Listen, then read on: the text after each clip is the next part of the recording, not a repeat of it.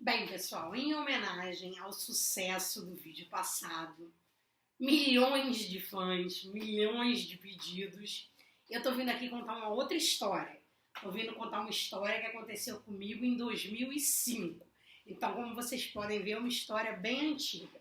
Vamos lá, em 2005 eu havia descolado um esquemão.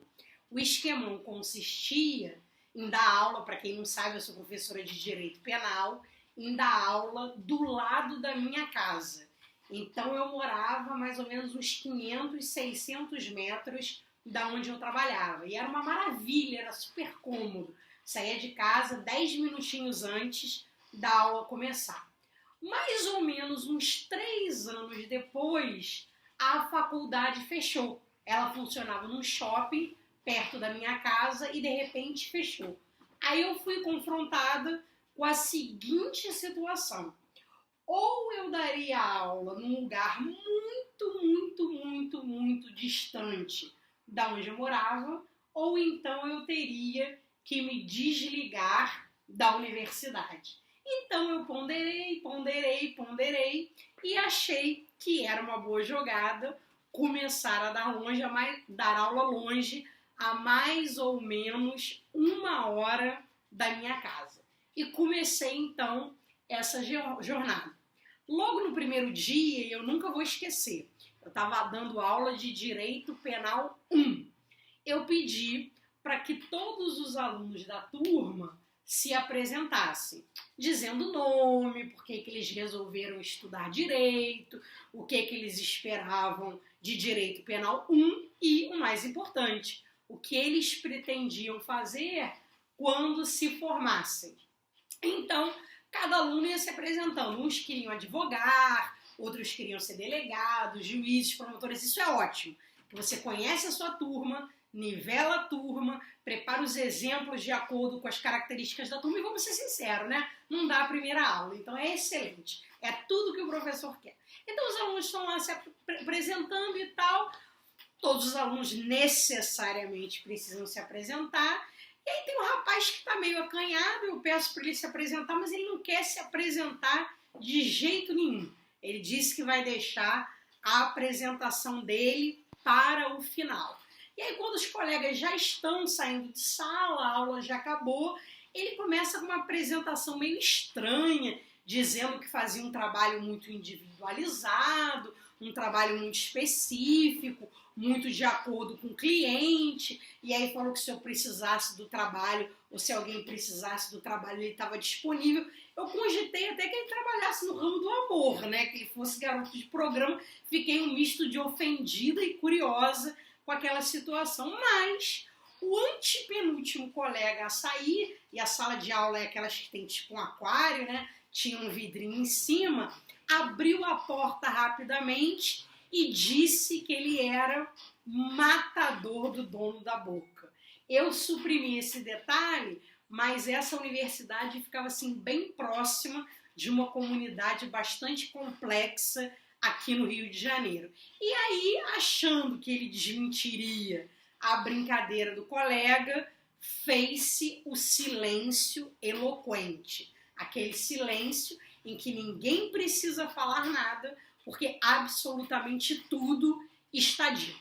Dali para frente, esse rapaz ficava sempre sentado na primeira carteira. Sempre sentado na primeira carteira e extremamente interessado nas aulas de Direito Penal 1. Depois, inclusive, eu descobri que ele era alcunhado pelos colegas, né, que o apelido dele era Mata Rindo. E, de fato, ele fazia jus ao apelido porque ele era muito simpático e muito educado. Então ele sentava-se sempre na primeira carteira. Eu dava aula de Direito Penal 1, para quem não é do direito, eu falava sobre princípios, fontes do direito, lei penal no tempo, e Mata Rindo, sempre muito interessado, sentado na primeira carteira, levantava a mão. Ele levantava a mão e perguntava: professora, suponhamos que alguém decida matar uma pessoa. E aí, então, ampute os braços, arranque as orelhas, arranque a língua, depois queime essa pessoa e leve queimando para o micro-ondas, qual seria a pena? E curioso, porque não se estuda o crime de homicídio em direito penal 1. Então eu comecei a perceber rapidamente que Matar Rindo estava trazendo para a dinâmica das nossas aulas casos efetivamente concretos, né? Ele estava querendo saber, né, de maneira bem detalhada, bem pormenorizada, que pena o indivíduo que praticasse aquelas condutas faria jus. E eu, evidentemente, respondia Matar Rindo com o máximo de detalhe e o menos de envolvimento possível. Então chegou a nossa primeira avaliação. Primeira avaliação, a turma muito interessada, muito participativa, Matar Rindo tirou 6. Eu achei importante estimular Matar Rindo. Então, Matar Rindo ficou com a nota 8,5. Ficou com a nota 8,5, deixou uma questão em branco, veio questionar a ponto. Eu achei que até que ele quisesse aumentar a nota, evidentemente, eu estava predisposta a aumentar a nota, mas ele veio só tirar umas dúvidas sem fazer nenhuma barganha acessória. Segunda avaliação, da primeira avaliação à segunda, Matar Rindo sempre com as questões dele, né? Se alguém decapitasse a vítima, se aquilo ocasionaria ou não um aumento de pena, sempre querendo questões detalhadíssimas, né?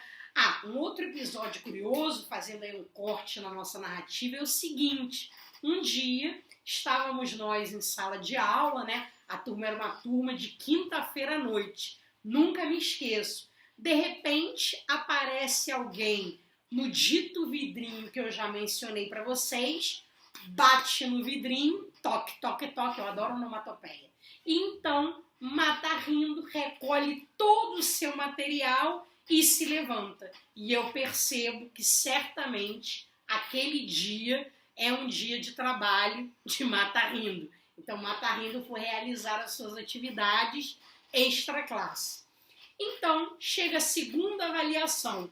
Segunda prova, a turma toda foi muito bem, toda muito engajada, e Matar Rindo, surpreendentemente, tirou 7,5. Nesse momento eu pensei, ponderei e achei que era razoável que Matar Rindo ficasse com 10, pelo conjunto da obra. Então, depois de ser contemplado com a nota máxima, Matar Rindo resolveu conversar comigo ao final do semestre. E veio dizer que estava muito grato por todos os ensinamentos, que estavam ajudando muito na vida privada dele, no trabalho dele. Então, ele me deu um papelzinho com o nome dele e falou: Gisela, qualquer coisa que você precisar daqui até o final da sua vida, pode contar comigo. E eu achei muito bonito esse laço que se formou dentro da sala de aula, para mostrar para vocês que essa relação professor-aluno pode ser extremamente frutífera. Então, se o Matar Rindo estiver por aí, eu mando um abraço para ele. Tchau, tchau, pessoal. É a história que eu tinha para contar hoje.